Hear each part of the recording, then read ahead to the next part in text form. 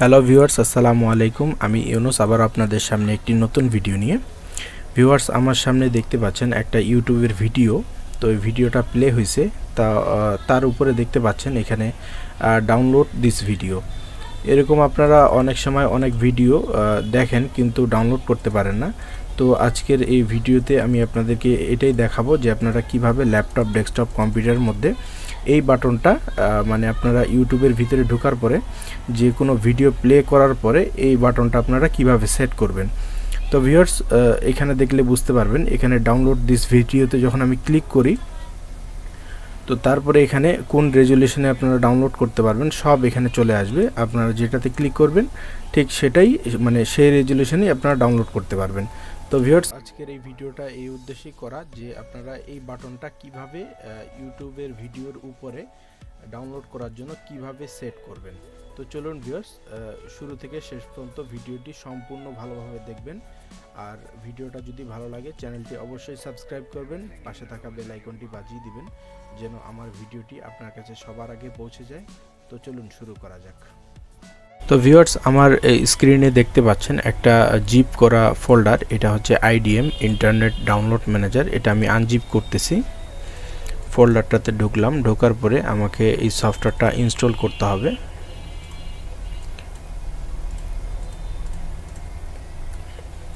সফটওয়্যারটা ইনস্টল হয়ে গেছে। এখন যেটা করতে হবে, এই সফটওয়্যারটাকে অ্যাক্টিভ করতে হবে।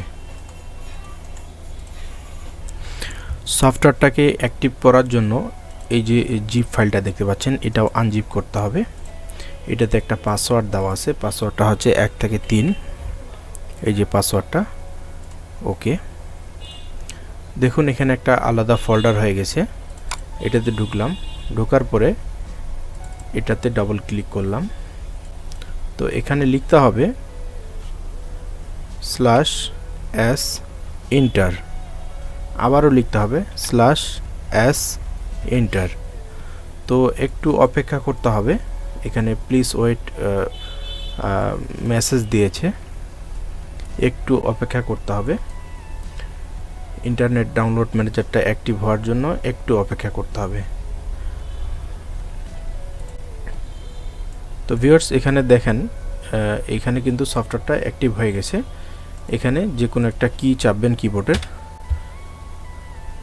সেই অপশনটা চলে গেল, তার মানে সফটওয়্যারটা অ্যাক্টিভ হয়ে গেছে। তো ভিউয়ার্স, এরপরে যেটা করতে হবে সেটা হলো আপনারা কোন ব্রাউজারের মধ্যে সেই বাটনটা ইউটিউবের মধ্যে সেট করবেন।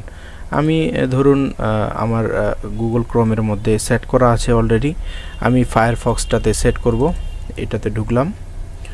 তো এরপরে সেটিংসে যেতে হবে। এর জন্য 3 লাইন অপশনে, এই যে উপরে কর্নারে সেটিংস, এরপরে এক্সটেনশন অ্যান্ড থিমস, এই অপশনটাতে ক্লিক করার পরে এখানে সার্চ অপশনে লিখতে হবে IDM, এরপরে ইন্টারে চাপ দিতে হবে। তারপরে দেখুন এখানে যে অপশনগুলো আসছে এটার উপরেরটাতেই IDM, এটা আমি ক্লিক করব। ক্লিক করার পরে এখানে দেখুন অ্যাড টু ফায়ারফক্স, আবারও অ্যাড অপশনে। তো দেখুন ভিউয়ার্স, এখানে এটা অলরেডি চলে এসছে, ওকে। এখন আমি দেখব যে আমার ইউটিউবের মধ্যে সেই বাটনটা সেট হয়েছে না হয়নি। আমি আবারও একটু চেক করে নিব। সেটিংস, এক্সটেনশন, এই যে সেট হয়ে গেছে বাটনটা। তো এখন আমি ইউটিউবে যাব।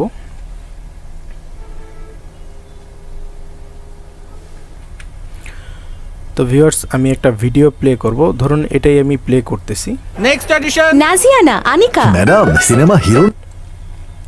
তো এটা প্লে করার পরে একটা অ্যাড চালু হয়েছে, আমি স্কিপ করে দিলাম। এরপরে দেখুন এই নাটকটা প্লে হয়েছে। তারপরে উপরে দেখুন বাটনটা চলে এসছে ডাউনলোড দিস ভিডিও। এখান থেকে আপনারা যে কোনো রেজুলেশনেই ডাউনলোড করতে পারবেন। তো ভিউয়ার্স, এই ছিল আমার ভিডিওটি ভালো লাগলে চ্যানেলটি অবশ্যই সাবস্ক্রাইব করবেন। এরকম অন্যান্য অনেক ভালো টিপস আপনাদেরকে আমি দেওয়ার চেষ্টা করব। এর জন্য আপনাদেরও সাপোর্ট লাগবে। ভালো থাকবেন, ধন্যবাদ।